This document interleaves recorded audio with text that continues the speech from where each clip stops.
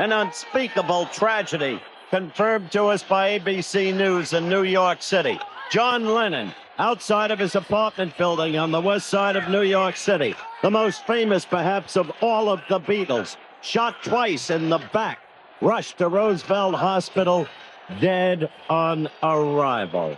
This evening, John Lennon arrived at the emergency room at the Roosevelt Hospital. He was dead at the time of his arrival. Numerous resuscitative efforts were made after his arrival in the hospital, including transfusions, surgical procedures, other procedures, but in spite of the effort of many physicians and after many procedures, we were unable to restore the life of Mr. Lennon. Good morning, everyone. I'm Tom Brokaw. This is today, December 9th. I'm here with Jane Pauley, and this entire half hour will be devoted to the murder of John Lennon, ex-Beatle, one of the best-known musicians and most influential people of his time. As you heard Dr. Stephen Lynn at Roosevelt Hospital in New York City say, Lennon was shot and killed at about 11 o'clock last night outside his apartment building. News of the Lennon shooting, of course, spread quickly around the world. NBC News correspondent Stephen Frazier tells what happened last night on Manhattan's West Side.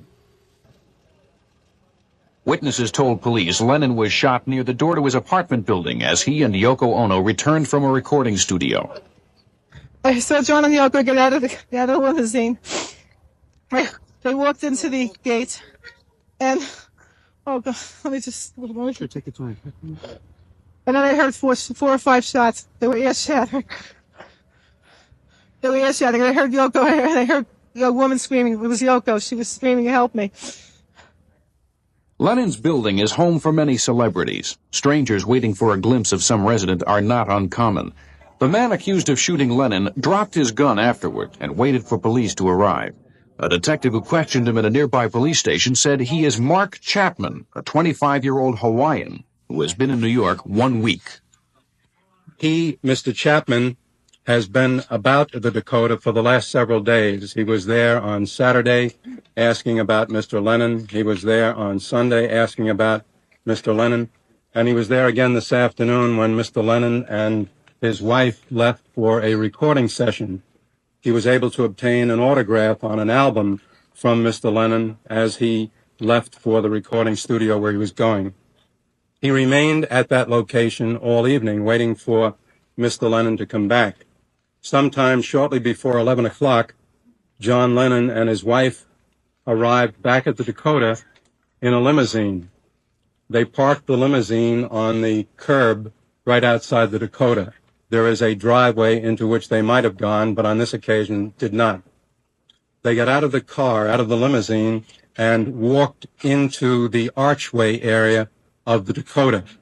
To the right, as you walk in the archway area, is kind of a vestibule, which has a doorway, a glass doorway. This individual, Mr. Chapman, came up behind him and called to him, "Mr. Lennon," as he arrived at that doorway. And then in a combat stance, he emptied the Charter Arms .38 caliber gun that he had with him and shot John Lennon. At the hospital where Lennon was taken, young people prayed. He's not dead. John Lennon can't be dead.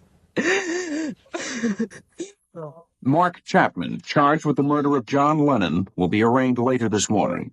Stephen Frazier, NBC News, New York.